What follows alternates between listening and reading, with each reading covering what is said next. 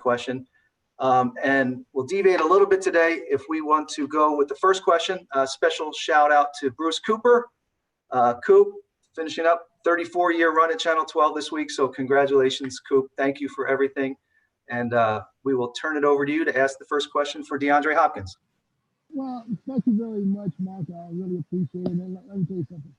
You guys, Cardinals department, I'm not going to even start naming names, too many names deep, but I see you and Chris there. You guys meant the world to me.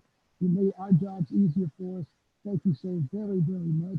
And to DeAndre Hopkins, thank you for giving us the opportunity this morning. I hope you have Larry Fitzgerald's back and can beat Kyler in a game of chess. So my first question to you, DeAndre, is do you think you will have enough time to develop any chemistry with Kyler before game one? Yeah, I'm sorry. It's hard to hear you, but I heard your question. I think I will have time to develop chemistry with Kyler. Kyler going to his second year, obviously, is advanced in his offense. Other guys also, last year was the first year of a lot of people being in this offense. And you can tell just from the first day that, I wasn't here, but just from hearing guys, we're far advanced than where we were at this point last year. So I think, obviously, he's matured in this offense. And, I'm new to it, but he's doing a good job of keeping me up to par with things and also the other guys around me. But I think we will have time to develop chemistry once, we kind of get out there and throw a little bit more, against the defense. I think that'll help. Obviously, we don't have a lot of time to get ready. So every rep really counts. But I think Kyler's mindset is we're going to make it work. So that's my mindset as well. Coop, thank you. And at that, we'll turn it over to Darren Urban, Kyle Odegaard, and Bob McManaman for the next three. Hey, DeAndre, Darren Urban from azcardinals.com. I'm curious, when we talked to you back in April, you were confident in this all coming together. Now that you've been in the meetings, been able to see what Cliff wants to do offensively, have a little bit better understanding of what you're going to be doing, what is your comfort level? And going back to what you were just talking about, how much do you need to be on the field doing it as opposed to what you've already kind of learned through virtual meetings? Virtual meetings is different. Obviously, you have to be a professional to play in this game, and not just a professional on the field, but off the field. And the coaches have done a great job of helping me. Every single one of the coaches, the players as well. It's a big playbook, obviously, no huddle, but Cliff has done a good job, offensive and receiver coaches as well, of helping me out and, keeping me up to speed with the offense. But I think, once you go out there, obviously, that's always the best to get reps while you're playing. But I think so far, this offense it's came along well for me. I'm picking it up. I'm in my playbook every day, twice a day on my phone. It's my screensaver are the plays. So, I'm doing my best to catch up. And obviously, these guys are doing a good job of the way they teach. Cliff he's a great coach. He's doing a good job of having everybody prepared, for whatever happens. Hey, DeAndre, what are your impressions of Kyler Murray's throwing ability now that you've been with him up close a little bit? And Kyler has an arm. Obviously, I'm thankful to play with a quarterback like that can make any throw anywhere on the field and has confidence to do it. And I think just from what I've seen, we're going to have a good time playing football together because, obviously he's confident in his arm and the guy is very talented, very smart, high football IQ. But what I've seen so far is, someone with a very strong arm. Hey, DeAndre, I'm curious. The Cardinals have been, it seems to be really, really fortunate, lucky, what have you, regarding COVID testing and guys deciding not to opt out as of yet. I'm curious to get your thoughts on that matter. And then secondly, have you ever considered the possibility of even considering opting out for whatever reason? I play football for a living, but I'm also a family man, for a living. And hopefully it doesn't have to come to that, but I take it day by day. I think in the present moment, not the future. So, I take things day by day, but, seeing guys opt out, I see a lot of guys getting criticism for it, and I feel bad for those guys because obviously, they're losing a lot of money by opting out. But to those people, they don't want to risk what can happen, and you can't blame them. But for myself, I take it day by day, and I really don't look, past that. Next three will go to Catherine Fitzgerald, Nick King, and Omar Ruiz, please. Hey, DeAndre, this is Catherine from the Republic. I'm curious, I know you've been so involved in the community for years, but particularly this summer being really outspoken on social media about racism and police brutality. And I was wondering what you see that looking like during the season, whether it's during the anthem, off the field, just where you see your involvement being there. My involvement will always be hands-on if I can. Obviously, I play football and half the year, but I can still be hands-on by implementing certain things in certain communities. But I plan to definitely speak out about things and not just speak out, but put actions with the plan. But obviously, it's bigger than athletes. I think we've kind of raised the nation's eye of doing things a certain way, and by kneeling, by participating in certain protests. I think obviously athletes have a very big platform, and a lot of people are going to follow us. And I think we've done a great job of leading the right way. And it's a cause that I think the world is definitely have known, has been here for forever. Since this place was created, but obviously now it's kind of bumping heads with reality and other people. So obviously, I have a voice and I have an input, but it's about putting action with a plan. Hey, DeAndre, lighter note here, but putting that new uniform on over the weekend for the pictures, what did that feel like? Felt great, felt good. Gave me chills. Not gonna lie, man, it felt real good to be part of a great organization, and man, the Cardinal red and white and black look good on me if I do say so myself.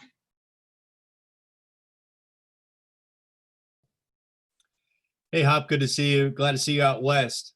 Especially earlier in your career, it seems like you worked with a lot of different quarterbacks and still always found a way to have success with your production. What's sort of the keys that you focus on here now with a new quarterback working with Kyler for the first time to form that chemistry here early on during training camp? To form that chemistry, it's not just on the field, but off the field. Us communicating, texting each other, calling each other, and just building a camaraderie of something that is going to last for a long time, not just while we're playing football, but after football. But my expectations is us becoming best friends and doing everything together because I have to be on the same page with my quarterback no matter what for us to be successful as a team, not just him and I. But Kyler has done a great job of leading and helping me kind of get up to speed with what's going on with the playbook and everything. So I think we're off to a good start. Next three, we will go to Josh Weinfuss, Cam Cox, and Richard Sines, please. Hey, DeAndre, Josh Weinfuss with ESPN. Another question about Kyler. What did you learn about him over the last couple of days that you didn't know about him? What do you think about him as a person? He's a competitor. He wants to be first in everything he does. I knew he was, obviously a great athlete, but I didn't know he was competitive as he is. I think people might think, obviously he's not the most outspoken person, but he competes in everything he does. So I know you guys seen the chess matchup with him and Larry from us working out on the field. The guy want to be first in everything he does. Hey, DeAndre, welcome to the Valley. Just curious, what's it like getting to be a teammate with another fellow great wide receiver, Larry Fitzgerald? He's talked about for years the respect he's had for you. What kind of respect have you had towards him over the years, and what's it like finally getting to be a teammate with him? Oh, man, very, very, very refreshing to have someone that can also teach you and play along the side of you. Obviously, I had Andre Johnson for 2 years, with the Texans. But to to also have another Hall of Fame receiver is great. I feel like, I wouldn't ask for it to be any other way. I'm going to my 8th year, considered a vet, but obviously Larry is almost double that. And wisdom beats anything. He's teaching me stuff already from the first day. Just watching him, watch how he competes still at his age, out here running sprints, just working out. It's very motivational to see for myself. But I've had nothing but respect for Larry since I started playing football, since I knew I wanted to be a receiver. And before that, I had a lot of respect for Larry and the way he carries himself, not just on the field, but off the field. And he's a guy that I looked up to, someone that I called when I had issues with my contract on my previous team. And he gave me great advice. And I listened to that advice. And obviously, it's led me to, help my career and be where I'm at now. Hey, DeAndre, Richard Steins here with Fox 10 Phoenix. Welcome to the Valley. I saw your face light up when you talked about putting on the uniform and when you talk about Kyler's arm. How challenging has it been to be patient in this, COVID-19 season where you don't get to work out with Kyler as much as you wanted to or as fast as you would have in a normal season? And kind of a two-part here, how valuable was it to have that workout in Texas with him and the rest of the offensive players? It was very valuable. It was, something that I think obviously we're going to continue to do once we get free time, a little off time, build chemistry like that. But Kyler getting us together in Dallas was something that I expected of him, something I knew he was going to do. And him being the guy he is, he wants to win. So, that was very expected of him to do that. And we really don't have a lot of time together, obviously, but, we're making the best of it right now. And I really, I haven't had a season where I've, really had a lot of off seasons with a quarterback. So, that's really hasn't been a thing, a problem of the past. And I don't see it, being a problem now. Next three will please go to Greg Moore, Darren Urban, Howard Balzer. Thanks, Mark. DeAndre, how you doing, man? Good, man. How you doing? Doing okay. Greg Moore, an opinion journalist with the Arizona Republic. You've always been really open about who you are, what you believe in, what matters to you. And I'm curious, two things. One, where have you found that courage? And two, what has the response from fans and other people been like? And I found that courage growing up in South Carolina, the deep South. If you ever visited there, then you'll know, that, you got to have courage to be around there and grow up in, certain environments that, aren't the friendliest to certain people. But, now that, I'm in the NFL, I have a voice that, people will listen to. I feel like I have a good feedback, a lot of knowledge about certain situations from actually living them hands-on and seeing stuff that, a lot of people don't speak about, a lot of people don't see. But growing up in the South, man, that's given me a lot of courage because I have a lot of family members that are still back there in South Carolina, in Georgia, going through a lot of things that, we're still protesting about now. And, people see us as NFL players, but, we have 20 to 100 family members that aren't where we are, that are living, through situations daily that are unjust. So growing up where I grew up, man, that's giving me the courage to, speak out about things now. DeAndre, you talked a little bit about the short ramp up time and how you haven't necessarily had time with quarterbacks in the past. I'm curious the way you approach the preseason games in the past. I mean, as a upper echelon guy, I'm guessing you didn't always play a lot of snaps. Yeah. So does the lack of preseason games really mean anything to you this year, or might it a little bit more because you're on a new team? No, it doesn't. Obviously I'm a competitor. I'm going to compete no matter what. If I have to play the whole preseason game, I'm gonna go out there and bust my butt. And I think everyone knows that about me. But I don't think it'll be a problem not having a long preseason.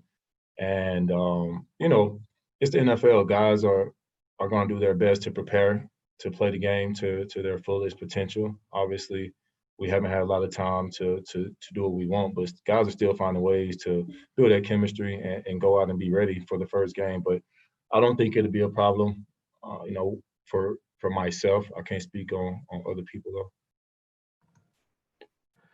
Hey, DeAndre, now that you've been around the team for a week, how comfortable do you feel and do you think your teammates feel with all the protocols that the team and the league have put in to try to keep everybody safe? And then also, what about conversations among yourselves and from coaches emphasizing how important it is that guys be smart with a lot of stuff, especially away from the facility when they're not? Yeah, I think the NFL has done a good job of the protocols that they have in place. Guys obviously are wearing masks still and getting tested daily, which I think is smart, which is great. I'm not sure, but I don't think we have any cases here, within this organization.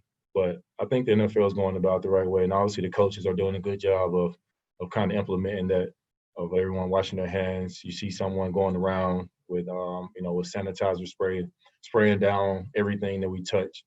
So I think obviously the NFL has done their best to prepare for this. This is something that is hard to prepare for, but I think they're doing the best they can, and obviously each team, each organization is doing a good job, especially here. We will wrap up with the final three: Catherine Fitzgerald, Bob McManaman, and Josh Weinfuss. Hey, DeAndre, Cliff has joked about how with all the extra time, he has the temptation to draw up like really wild, crazy plays, but obviously with the season being the way it is, he has to scale back on that. What are your conversations like with him as far as what you like, what you want to try, and where that fits into his offense? Right now I'm just learning the offense, trying to go out and master the basics. So until I master the basics, I think I really don't have much room to try to implement something I like. I think the offense is great for a receiver, for a skill player. You can actually showcase your skill set in offense like this. Getting the ball, being able to make plays. So I think they do a good job already of getting playmakers the ball. But obviously, the conversation with Cliff and I is winning and doing what we have to do to win, and whatever that takes.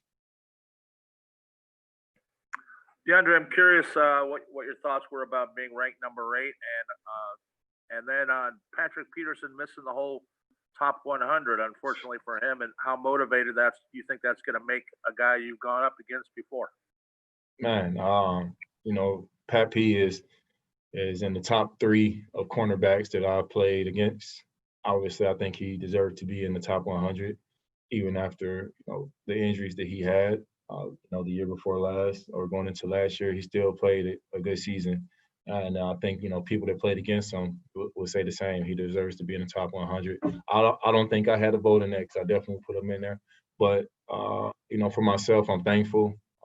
Very, very thankful for being in the top 10, just being a top player in general, because I put a lot into my practice, into how I go about the game. So for my peers to respect me enough and put me in there, I could care less, honestly, if I was in the top 100, as long as my team is winning. But for my peers to understand that they're going against somebody that's going to give them his best every game, that's all I ask for. And those are the people that I play against every Sunday. So those are the guys that I feel like really, have won the best say-sos on who is where. Even though Pat wasn't in it, I didn't get the vote, but yeah. Hey, DeAndre, how much experience do you have in an air raid type of offense, and what's it been like learning this scheme? How different is it than what you've had to learn in the past, and what's? Go ahead. Yeah, I think obviously I was in a run first offense in my previous team. I still managed to have great seasons. But before that, I was familiar with the no huddle offense at Clemson. We had Chad Morris, who came from I want to say Tulsa, one of those colleges, and he kind of implemented a no huddle offense at Clemson that I think kind of caught the ACC by surprise, and I liked it. I think I had 18 touchdowns my last year in that offense as a junior, and we were one of the top offenses we couldn't stop too many people, but we averaged about 35 or so points a game. So I'm familiar with the offense. You have to be in shape, and the defense also has to be in shape that you're going against, which I think is an advantage. DeAndre, we're very grateful for your time, as well as everyone else on the call. So thank you so much, and enjoy the rest of your Monday. We'll talk to everyone again soon. Thank y'all. Thanks, DeAndre. Thank you. Thanks, man. Thanks, Mark. DeAndre. Thanks, everybody. Thank y'all. Thanks, DeAndre. Thank you guys. Peace.